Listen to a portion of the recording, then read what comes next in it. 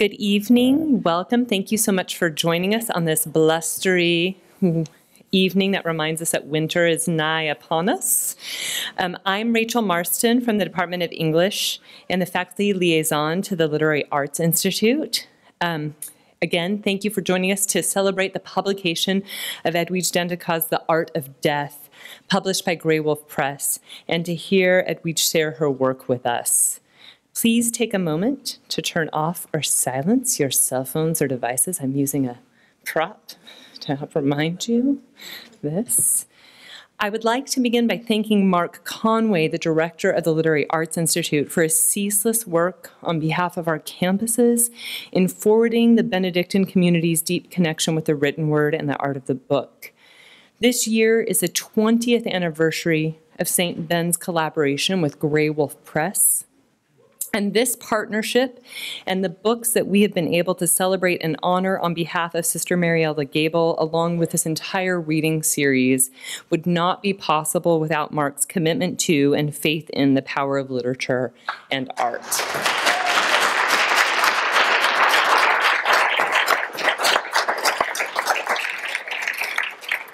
The beautiful broadside, which features the prayer at the end of The Art of Death, created by artist Gaylord Chanelek, featuring one of the final passages, is further evidence of the many partnerships Mark has created. The broadside and Edwidge's books are available for sale following the reading and the brief question and answer session. This evening is also made possible with the support of the Manitou Foundation, which we thank for their continued support of the Literary Arts Institute and the Sister Mariella Gable Prize. And as always, thank you to our partners, Grey Wolf Press, and to Jeff Schatz, editor extraordinaire. Sister Mariella Gable's spirit inspires the College of St. Benedict's Literary Arts Institute and all of its programming, which serves both the College of St. Benedict and St. John's University.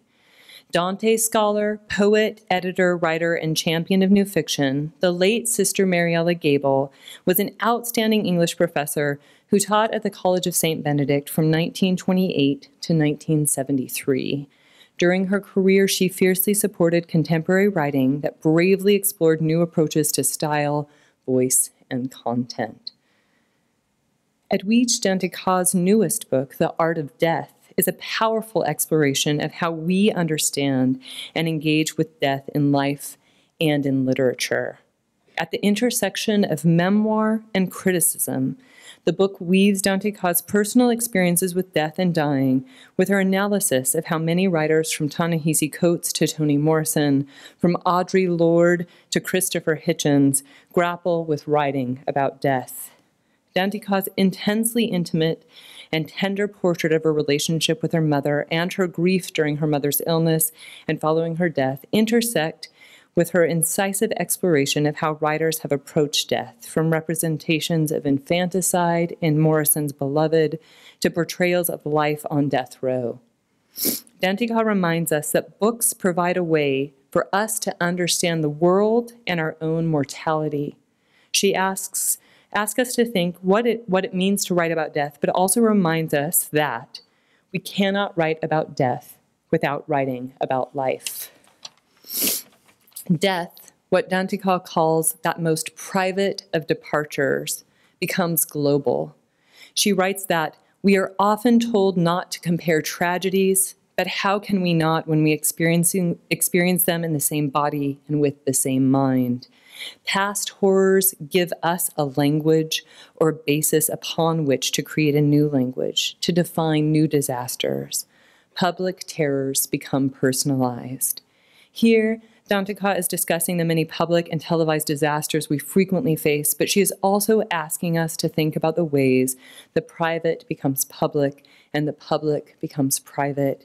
She invites us to be participants in her grief, longing, and loss. And through her story, her mother's story, and the books that have shaped and informed her understanding of death, offers us a new language, not just for our own tragedies, but for living. Please join me in welcoming Edwidge Danticat.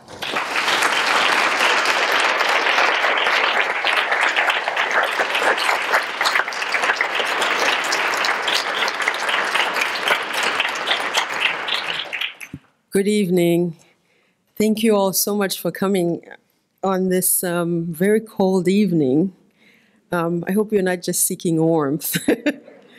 I want to thank Rachel for that wonderful introduction. Thank you to Mark Conway, who helped pull all of this together. We've been communicating since, I think, even before the summer about this happening. And I'm very honored to be the recipient of Sister Mariella Gable, the award for this book.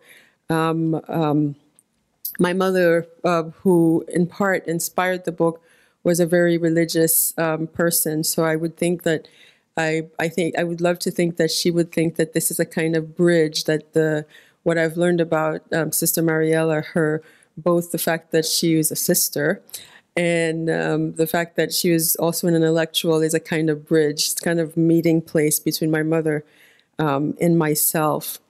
So I thought I would spend our time together. I'll read 3 excerpts, short excerpts from the book, and then take your questions. But first, tell you a little bit about how the book came to be. So my mom passed away in 2014, and I found myself really kind of circling in terms of what I wanted to read and what I want to write and how I wanted to move on with my work as a writer. And because if you're a writer who knows many writers, you'll keep getting books as gifts from your writer friends. You get a lot of poetry collection. I mean, not I know the folks at Grey Wolf. I also want to say thank you to the folks at Grey Wolf. Now that I know them, they probably would have gotten even more from them.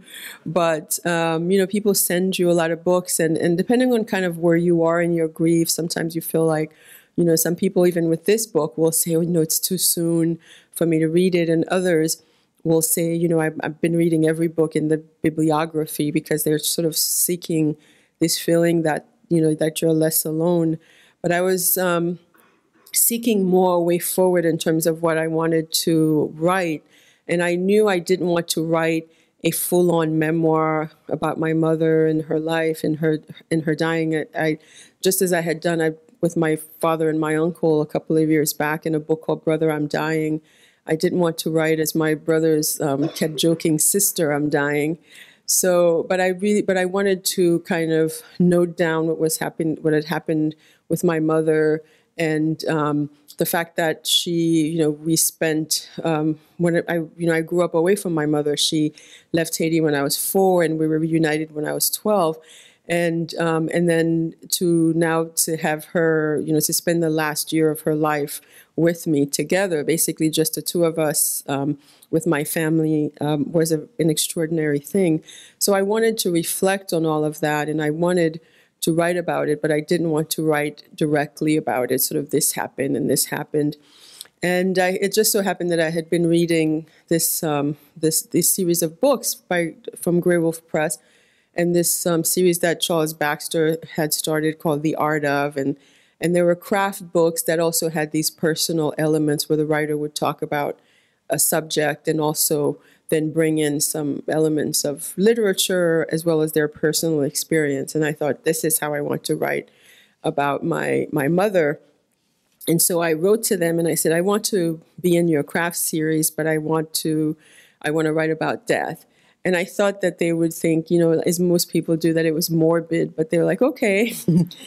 And so, and then I felt like suddenly I had a project. I had something to do, and it felt very specific. It felt like a mission to me, and so I started to write the book. But one of the questions, one of the first questions that came up at the beginning of the project is, why write about death at all? And Margaret Atwood, who's one of the writers I cite in the book, one of the things she said is that ultimately, death is the end of every story, whether it's on the page or not. Every story ends with death.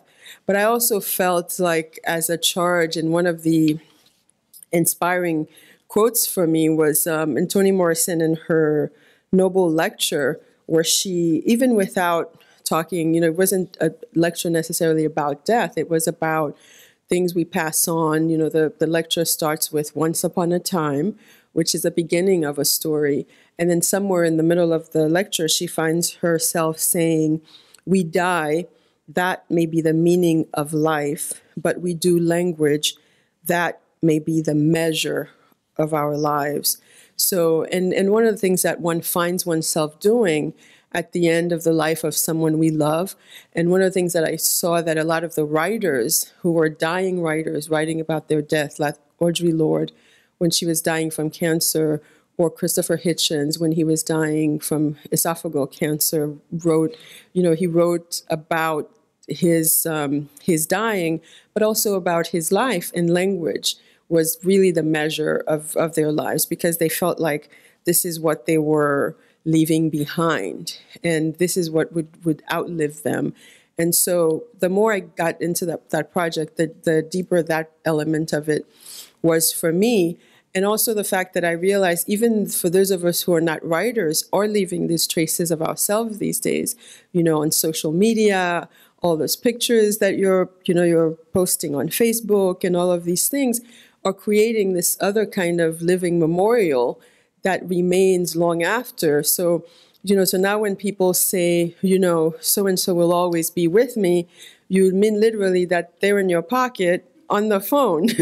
So that's something I felt like that we had not yet faced in this sort of the memorializing, and even these websites that they have now. And I have to say, watch a few funerals already now on Facebook Live. If you can't get there, it's like no joke. People will say it's going to be streamed, and so you're watching a funeral on Facebook Live, which seems very surreal, and reminds me too of what Christopher Hitchens in his book writes. Ultimately at the end, he says, "I don't have a body, I am a body," and but the dying body, especially writers who have that awareness, who are storytellers, who are trying to gain some control of the narration of their lives, is something that I felt like we could all learn from. And also, as Sylvia Plath said, dying can also be an art like everything else, something that some do exceptionally well and others do, so it feels like hell. So writing this book sometimes did feel like hell, but looking at other writers, like going over these works and what people had written and sort of how they faced it, death, especially those people who were dying, who still had the courage to kind of give us some broadcast of what it was like, made it feel less like hell to watch my mother die. And I kept going back to this story with Tolstoy, who was so fascinated with death that he had devised this whole series of signals that he felt like he wanted to tell people what it was like to die, and say maybe they'll interpret these, like, when it didn't quite work out the way he did, as these things rarely worked out. But it's that desire that I think writers, we have in general to try to understand and try to grasp the unknowable. And so that's what I was trying to go in search of in the whole project of this book. So the first excerpt I'll read is actually about my mother's sickness and her eventual death. And then I'll read a prayer that is in the book that I wrote in my mother's voice, and then a little piece at the end about a purse. Okay.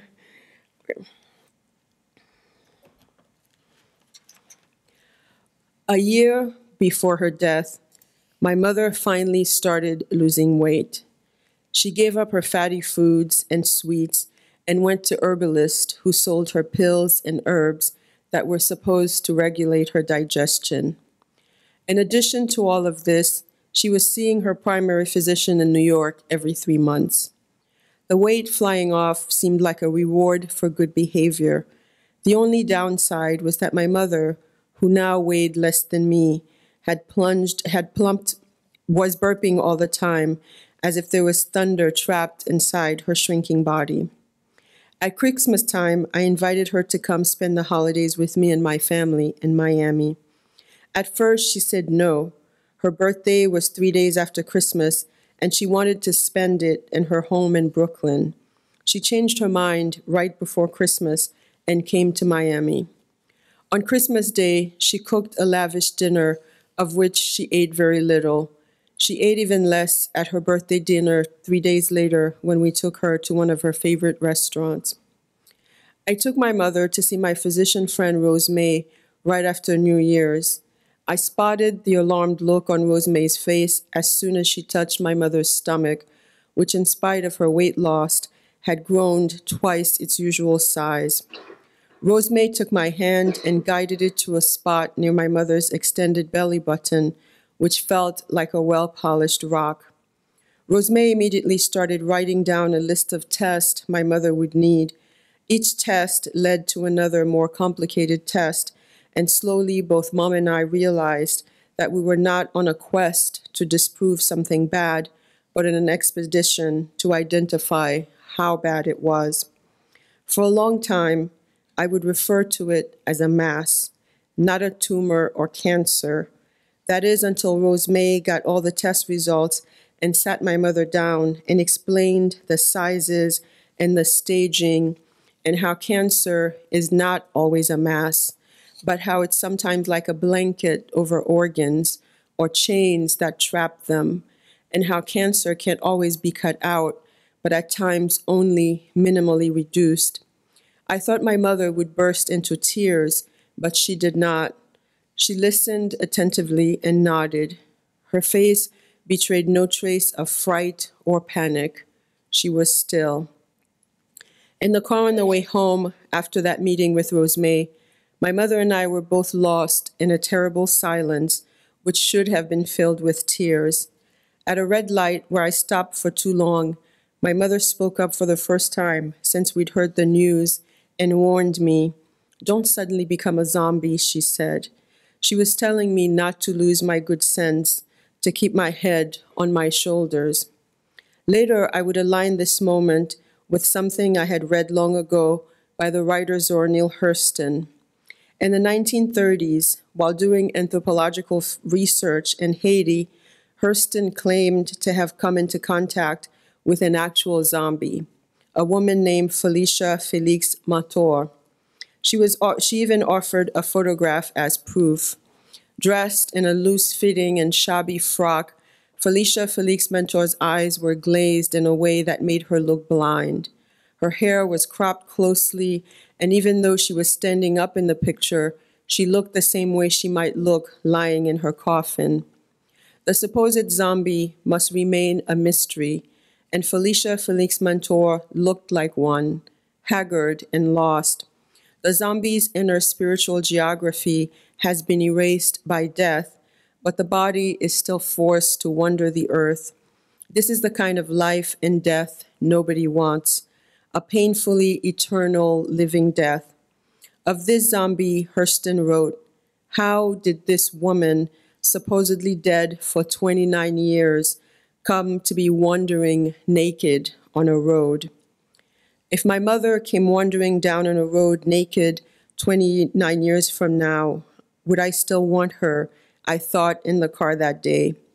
This was the first time I understood why anyone would have their loved ones frozen so they could be revived at some point in the future. Then again, maybe C.S. Lewis was right. Wouldn't it be awful to die and come back, only to die all over again? Maybe all the Lazaruses of the world would have an even harder time dying than the rest of us. According to Haitian folklore, one way zombies can be liberated from their living death is by eating salt. People who suddenly receive terrible news are also given salt and coffee, for example, to help ward off the saisissement, the shock. When we got home from Rose May's office that day, my mother made us each a small cup of coffee that she sprinkled with salt. I was talking to my mother when she died. She was visibly slipping away. She was no longer eating or drinking. Her skin was cool, even though she complained of feeling warm. "Open the window," she'd say, meaning the sliding glass door next to the hospital bed she was now sleeping in. The hospital bed prevented me from sleeping next to her at night, which is something I had begun to do regularly since she got sick. Her eyes were glazed as she drifted in and out of consciousness the afternoon she died. It was close to 1 o'clock. I love you, I told her over and over in Creole. Moi remè ou. I held her hand, I kissed her face, stroked the salt and pepper stub that was left of her usually thick and woolly hair. You're a wonderful mother, I told her. Hearing, they say, is one of the last senses to go. My mother smiled. I tearfully asked her, Mommy, can you see heaven? She smiled again. Then she was gone. There was no death rattle, no sudden intake or output of air. She simply stopped breathing. She smiled and slipped away. I realize that I'm telling you all this in circles. This is the only way it makes sense to me now. For in grief, nothing stays put, C.S. Lewis wrote, and a grief observed. One keeps emerging from a phase, but it always recurs. Round and round, everything repeats. Am I going in circles, or dare I hope that I am on a spiral? Soon after my mother died, I was talking to a writer friend who told me that she had a couple of stories in mind that she will only be able to write after her mother dies. I wonder what these stories will be for me now. So this is the second excerpt. It's the prayer on the broadside. Thank you, Gaylord, for a beautiful broadside. A few months after my mother died, I was asked to write a prayer for a panel I was participating in at the Penn World Voices International Writers Festival in New York. I had procrastinated for as long as I could until the morning when I was supposed to send the prayer in so it could be printed in a small book that would be distributed at the event. I grew up in houses where we prayed all the time. First at my minister uncle's in Haiti, then with my parents and brothers in Brooklyn. Yet it was hard for me to write this particular prayer. This is in part because I believe that prayers are meant to be private, since they often reflect our most vital desires. I used to tell myself that writing is a kind of prayer, that silence can be prayer, that even children are prayers, living and growing prayers, that love is the most powerful prayer of all. Yet the prayer I ended up writing was inspired by my mother. It is the prayer I imagined her saying in her head during her final moments on this earth, during those final minutes when she couldn't speak anymore, but could still hear a little bit as she was drifting away. My mother had a singular and wicked sense of humor, one that's hard to convey in translation. Her type of humor was mostly for intimates, or people that she would quickly make into intimates. Her jokes were best understood by people who already knew how she spoke, who could read her body language and listen for the nuances in her speech. When my mother was occasionally hospitalized, for example, most of the nurses who took care of her were from Haiti. My mother was hesitant to ask of too much of them, but she would joke with them in Haitian Creole. To the one nurse who always had trouble drawing her blood, she would say something like, "It's too bad you're not like those people on TV who put their teeth on someone's neck and draw blood there. Maybe there's still some blood on my neck." To the one who had to extract feces from her rectum when she was impacted, she said, "For your sake, my sister, I wish I had swallowed a big piece of gold earlier today." Listening to her cackle, even as her care became more and more humiliating, made me realize how hard she was trying to keep a part of herself intact, even though it was a side of her that she rarely made public. The nurses would laugh and continue their work, and my mother would laugh between occasional groans of pain, as if she never wanted the joke to end. At my father's funeral, my mother kept whispering something under her breath some years back. Finally, at the gravesite, I leaned over to hear what she was saying. She was muttering over and over, "Jusqu'à ce que la mort nous sépare, jusqu'à ce que la mort nous sépare, until death do us part, until death do us part." This moved me so much that I asked her why she was saying that, and she told me that she was reminding my father that their contract was terminated, that she had only signed up for until one of them was dead, and that she didn't want my father to bother her anymore. This is why I know my mother will not haunt me. She will not be a ghost, because she was afraid of ghosts. My mother wouldn't have been funny in English, even though she'd lived in the United States for decades. Her English sounded like a newly arrived immigrant's English. Part of it was shyness. The other part was her lack of practice. There was not much English spoken in the factories where she worked. Everyone there had come from someplace else. She was embarrassed to speak English in other settings as well. She worried that she wouldn't be understood. Her English was for intimates, and she used as few words as possible, as though trying not to squander them all. I gave my mother a few more English words than she might have used in this prayer. I tried to bring in her humor too. I called my mother's prayer a new sky. This is the prayer. Dear Lord, please let this be my final prayer, my very final prayer. Let there be no more need for me to ask anything else of you and of this shaken and troubled but beautiful earth. Let this be the last time I think of you before we see each other face to face, light to light, or wind to wind, sky to sky, or however we will be. I can't wait. I can't wait to see what I will be, what colors, what shade, what light pillar, what rainbow, what moonbow, what glory, or what new sky. Let me now accept all of this as I've already accepted this world and all that it is and has been. And please let the world go on. Let the sun still rise and set. Let the rain still fall, quiet and soft at times and hard at other times. Let the oceans be still or roar as they always have. Let the world go on as it always has, so that my children will know that only my spark has dimmed and not the entire world. Let my children remember me, both the good and bad of me.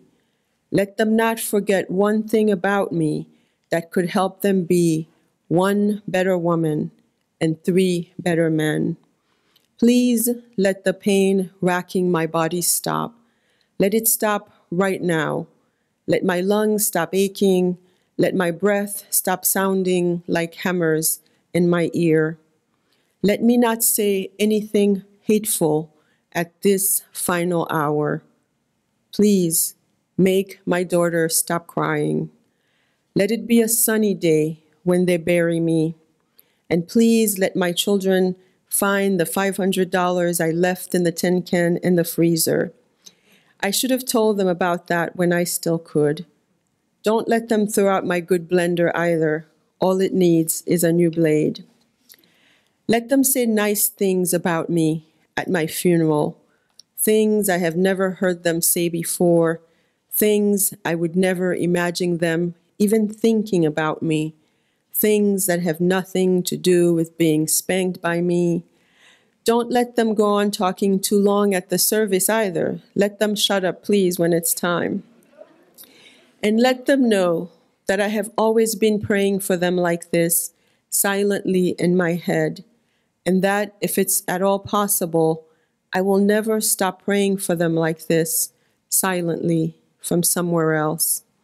Please remind them that none of us have all the time we think we have in this troubled but still beautiful world. Let them not bury me in some ugly dress. Guide them to my good wig. I really should have told my daughter where it was. Let them not be talked out of a closed coffin. I now only want you to see my face. And please, please let my children survive this. Let them survive this. For I will not just be their mother now. I will be their light pillar, their rainbow, their moonbow, their sunbow, their glory, their new sky. So the final excerpt I will read is after this moment, after my mom has passed away and a year has gone by. And I told this story in a class today. So I had a friend after my mom passed away who said, when I called her to say my mom is gone, because my mom had been sick for a long time, and people would sometimes check also and to find out if she was. And I said, well, my mom is gone. And she said, well, has she visited you yet, or is she still traveling? And I thought that was such a beautiful expression of this journey, and one that I had not sort of heard in that way before. And I said, I guess she was still traveling, because she had not come yet to me. And that very same day, I had this beautiful dream about my mother, and her name was Rose, and she was wearing a beautiful pink coat that I somehow was connecting with the name, because in French, rose is pink. And she looked really beautiful and sort of dewy, and then I woke up with this great sense of stillness. And then after that, other dreams followed, and this is one of them, and I'll close with this one before taking your questions. A year to the day after my mother died, I dream that I wake up shaking after realizing that I had abandoned her in a hospice ward for a week and had completely forgotten about her. In this dream, I jump out of bed and rush to the hospital, panicked that my mother had been buried without anyone she loved saying goodbye. The hospice room in this dream looked a lot like the one my mother had actually stayed in, with plain white walls and a window overlooking a courtyard with a walking trail that snaked through a garden full of cement benches. In this dream, when I walk into that room, I find someone who looks like my mother standing by her bed, waiting for me. She looks like she did in her coffin at her funeral, thin, though not as haggard, and with layers upon layers of pancake makeup on her face. In this dream, my mother is wearing a long black wig and a short cocktail dress with silver sequins in the front. And before I can hug her, she begins rocking herself, then starts dancing a slow, mournful dance. As she's dancing, I realize that she doesn't recognize me. I suddenly do not recognize her either. I can't figure out for the life of me who the woman I'm looking at is, but she is not my mother. So I quickly turn around and walk out of that room without saying goodbye.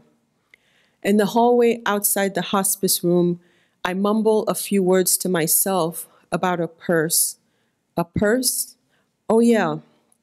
A few months before, among my mother's things, I had found a beautiful purse. My mother was very fond of purses. She also liked church hats, but had more purses than church hats. Maybe it was because she used to make purses in the factories where she had worked. In any case, she liked having purses around. Most of the handbags and purses I found in her house in New York and eventually ended up giving away had pieces of hard caramel candy tucked in the pockets, along with bus fare, $2 worth of coins, individually wrapped in paper napkins. Out of my mother's dozens of purses, I had only kept a few and had only one of them on the night table by my bed. It was a seashell-shaped vintage purse covered with gray and silver beads. The two-headed metal claps clicked loudly when you opened and closed it. and that's why I kept it around. The inside was lined with gold-colored silk that had faded in some places and gotten browner in others. Inside a tiny pocket, I saw the number 2 written in black permanent marker. Then I realized that this purse had cost my mother $2 at the Goodwill near the diagnostic center where she and I had gone after her early test. The same Goodwill where we would search the shelves and bins for treasures like this purse. Somehow, that purse makes it into that dream. And as I walk away from the dancing woman in the hospice ward, the woman who was not really my mother, I begin talking to my mother about that purse. Mama, sa se busu, I mutter under my breath. Mama, this is your purse. It is a purse inside a dream, and there is nothing left for it to carry in the real world. But I am still carrying it like I am still carrying you. Mama, I miss you. I love you. Please rest. Goodbye. Thank you.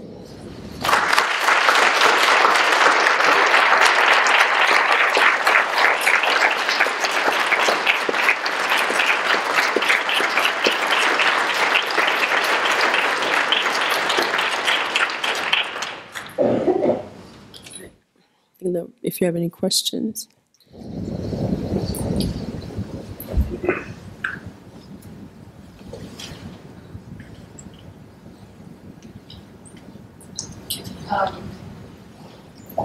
What do you think of the dream that you had that you just recounted, where you didn't recognize your mother any longer and she didn't seem to recognize you? Do you have any sort of interpretation of that, or is it just, was it letting go, or what might have been in your brain at that point?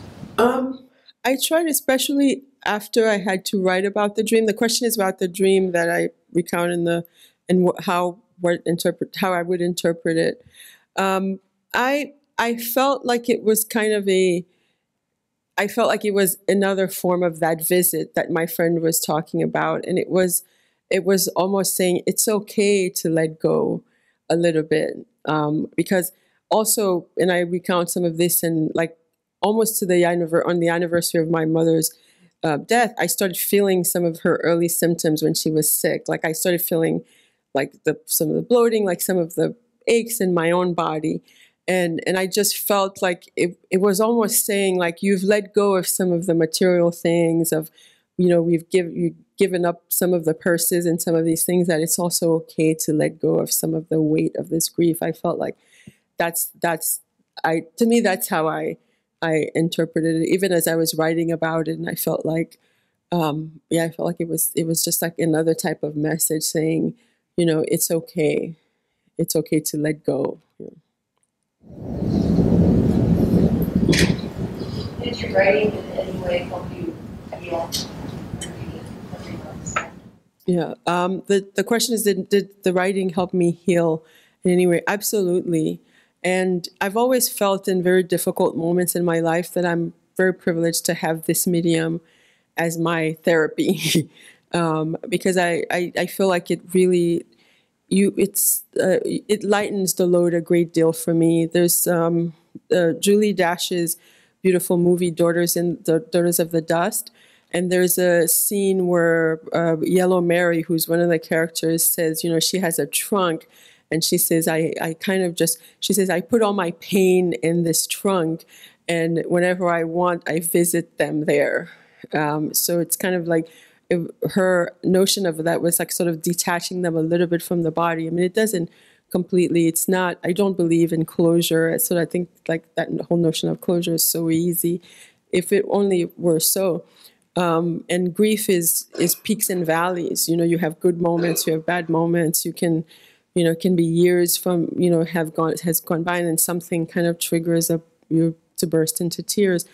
But I do feel like the fact that I'm able to write these things, that I was able to write about my father when he died, I was able to write about my mother, allows me to have another type of outlet for it, because especially it can be a very lonely thing. I find that people really, especially some people really what they want to help you with is to just get over your grief. They're just like, they're like, I want you to get past this. And it's normal, because people feel like they want to contribute something to your grief, and they want you to feel better, and you can find yourself in this thing where you act like you feel better so they can feel better. But on the page, it's just kind of you and the words, and I felt like I had that same relationship with them with the things that I was reading. It's like I know that person feels exactly what I'm feeling, and only my brothers I felt that were the only other people who felt that, who had that same loss that I had. So the last reading, you're saying the dream helped you let go of your mother. I'm wondering, now that's 3 years after her death, and how do you keep her with you? So like, if you're doing something, do you often hear her voices? Do you hear her say, this is a good idea, that's not a good idea? Just throughout, as you go through your human journey, how do you keep her? Oh, I mean, the dream, it didn't let go. It was just kind of, I think it just like let go and love some things, like that it's okay. I felt like the dream was like reassuring that it's like, I'm okay, it's okay, you be okay. But I feel like, I look at my mother, I was also only daughter, so I have 3 brothers, and I'm the oldest. And in the way my family structure works is that if you're an oldest daughter, you're almost like a substitute parent. And I didn't even realize to what extent that was until both my parents passed away, and I sort of I felt like all the parental energy with my younger siblings shifted towards me, and which includes some hostility. And I was like, oh, they think I'm their mother now. That's why that's happening. And so, I mean, so I look in the mirror and I see my mother. I look at my daughter and I see my mother. So in ways like that, and sometimes things that slip out of my mouth, and so that part is always present, and I think, it's like the faces of, and I see her face and my niece's faces, and I just always feel like that. There's so many things that are not even tangible or physical that remind me of her every day. And sometimes they're shocking moments still in the grief 3 years later. So whenever I would get to New York, whenever I fly to New York I would land at the airport and I would get out my phone and call my mother. And a couple of times, like even, very recently, I pulled the phone out to do it. And then I realized, and so there are all these, I mean, it takes a while. And to some extent, so I had this, to give you an example of somebody else's experience, I had to call when my mother was very sick, to call someone and say, I can't come to this thing that I promised I would do because my mother's dying. And then the person on the phone sort of just burst into tears. And I was consoling her a little bit. And after she said, my mother's been gone for 15 years. And the fact, what I said to her made her cry after 15 years. So I think it's an ongoing, it's always there.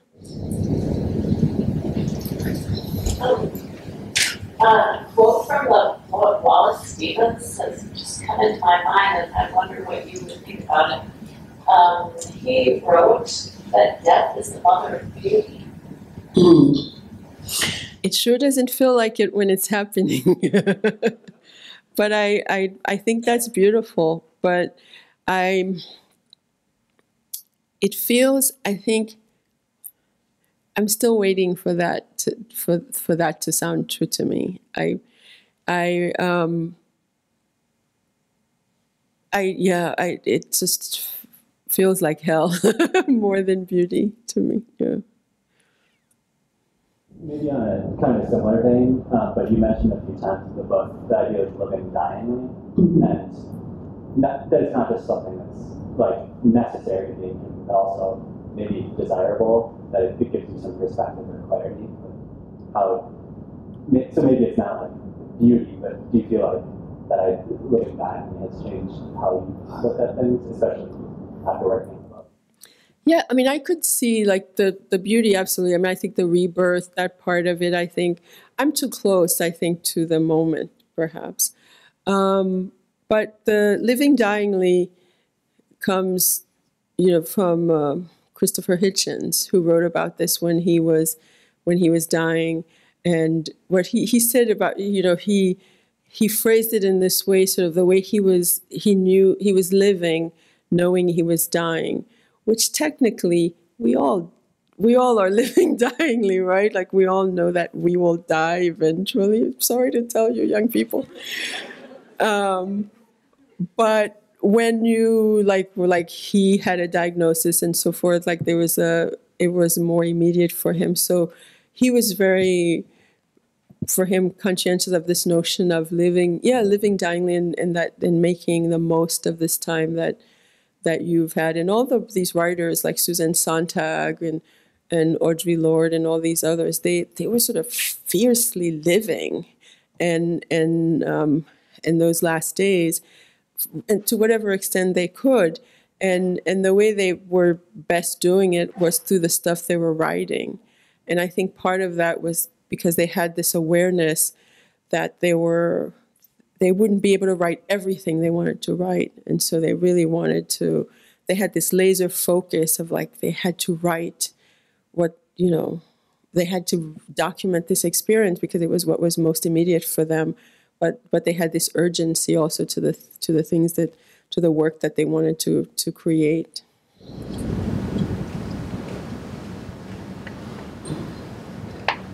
Thank you for sharing your story of your mother. My question is, I know that you also write children's literature. If you can retell the story of the art of death in your children's book, how would you do that? I don't. It's actually, this is an interesting question because so my mom was dying in this house where I had two small children. So my oldest was 9 and my youngest was 6, and when this was happening, and so I looked for all these books to explain to them how this was happening, and one of the few, I'm forgetting the title of this one. It's more abstract, but it was very good. It's sort of about people. And then there was one that was more straightforward, like Maria Shriver has one, like Where is Heaven? And then Julia Alvarez had one about sort of people who had come through. And so there are quite a few out there, and some of them are more direct about it. But and often they really, the ones that I found serve the purpose that I needed, because what I was trying to do is just start a conversation so that if they wanted, they could ask questions. And I remember when my father was dying, my niece had read the Heaven book, and the day of the funeral, she, when we got home to the repast, she went outside and she was like, "Grandpa, can you see me?" And we were all very moved by that. Like she was out there screaming at heaven, so her grandpa can answer back.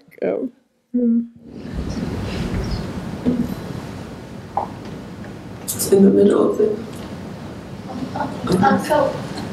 We were talking earlier today about that beautiful passage in your short story about the Prince's marriage, where the mother of one of the characters is being kind of criticized by this couple for being too hard on her daughter who's ill, and she starts kind of, the narrator imagines her criticizing her as a diaspora, that there are many forms of love, and that she thinks she knows the only one, but there actually is many other forms, and that was so moving to me. And I was just wondering, in your memoir, you mentioned in your introduction that there had been this period of separation between you and your mother and father when you were living in Haiti, when you were 4 years old. And I was just wondering, because you had time then with them, and you had this magical period, it sounds like a very rich period before people passed, were you able to reconnect, as parents and child? Or did you always kind of know that what they were doing as a form of love? Yeah. So my parents, my dad, when I was 2, thank you for the question, moved from Haiti to New York, and then my mom when I was 4. So there was 8 years that we were separated, and they were able to visit one time with my siblings, who were 2 siblings who were U.S. born when they came to get their residency. So yeah, I spent a lot of my childhood with my parents as ideas, or once a week we would go to this call center and talk to them on Sunday, and so when I was 12 and I was finally, I was with my brothers and with them, it was very jolting because I was used to my uncle and aunt who raised me being my parents, and we had a very difficult sort of initial adjustment. And for those of you who are old enough for this, you'll remember this was before cable, where they had these after-school specials, and they were literally young people. After school, they showed these movies that dealt with issues, about smoking, drugs. Kids were bad to their parents, and the kids were they were like always yelling at their parents. So I took my cue from the after-school special, and one day I said to my mother, "Why did you leave me?" And she said, then she said, do you know that every time while we were separated, every time I was eating, I wondered if you were eating. And every time it was like this. And every time I was, I was going to bed, I wonder how you were sleeping. And I know the question was never brought up again. And certainly when I became a parent, and my kids were the same age that I was when my parents left, I realized, it's hard enough being here in Minnesota with my kids, And so I realized that the extent of the difficult, how much heartache that must have been to be separated from your child for all those many years. And they were really making this, it was either stay with us and have a very difficult life, or leave us and try to make a better life, which allows me to have everything I have today, the choices, the sacrifice that they made. So I completely, towards the end, completely understood that very well and felt really honored. I felt like with both my parents that they were diagnosed, they were ill, but we still had time to really kind of mend we had enough time to mend our wounds, if you will. And so I feel very blessed to have had that opportunity with both my parents, to really have sealed everything, have said everything that we had to say to one another, especially about that time where you can feel abandoned, even when you understand, it's hard to this day, it's very hard for me to say goodbye to people. And there's certain things that are traces that are still left from that period. But as far as my parents as individuals were concerned, we got to resolve, I got to understand why they made those choices and also understand the benefits of them. You've already touched on this a little bit, but how did the experience of your father's death differ from that of your mother's, and that in any way play or contribute to the shift that you decided to take in the writing styles between the 2 books? Well, my father's death was part of a circle of events in my life at that moment. So my father was diagnosed with pulmonary fibrosis, had a lung disease. At the same time, on the very same day that I found out that I was pregnant with my first child. And then soon after that, my uncle, there was some trouble in Haiti, and he died in immigration custody. So, and my uncle was like my second father. He raised me while my parents were in New York. So it was those 3 things happening. So that book about my father was about those 3 things meeting in a year that was very politically volatile in Haiti. So that the book has those 3 layers to it.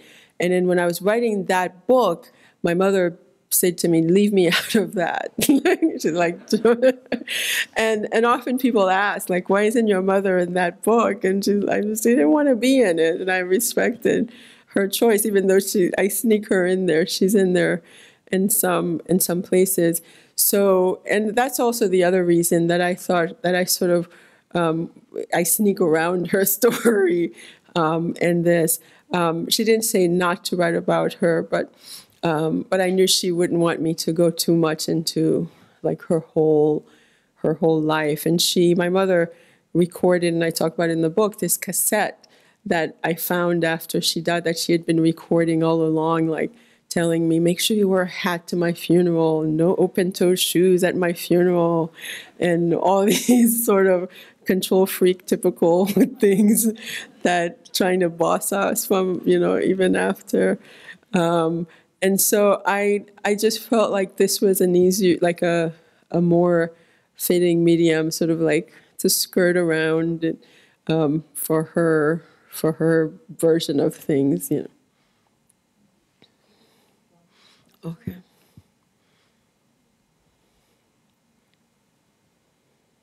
Oh, maybe not. Okay. Thank you, Lauren.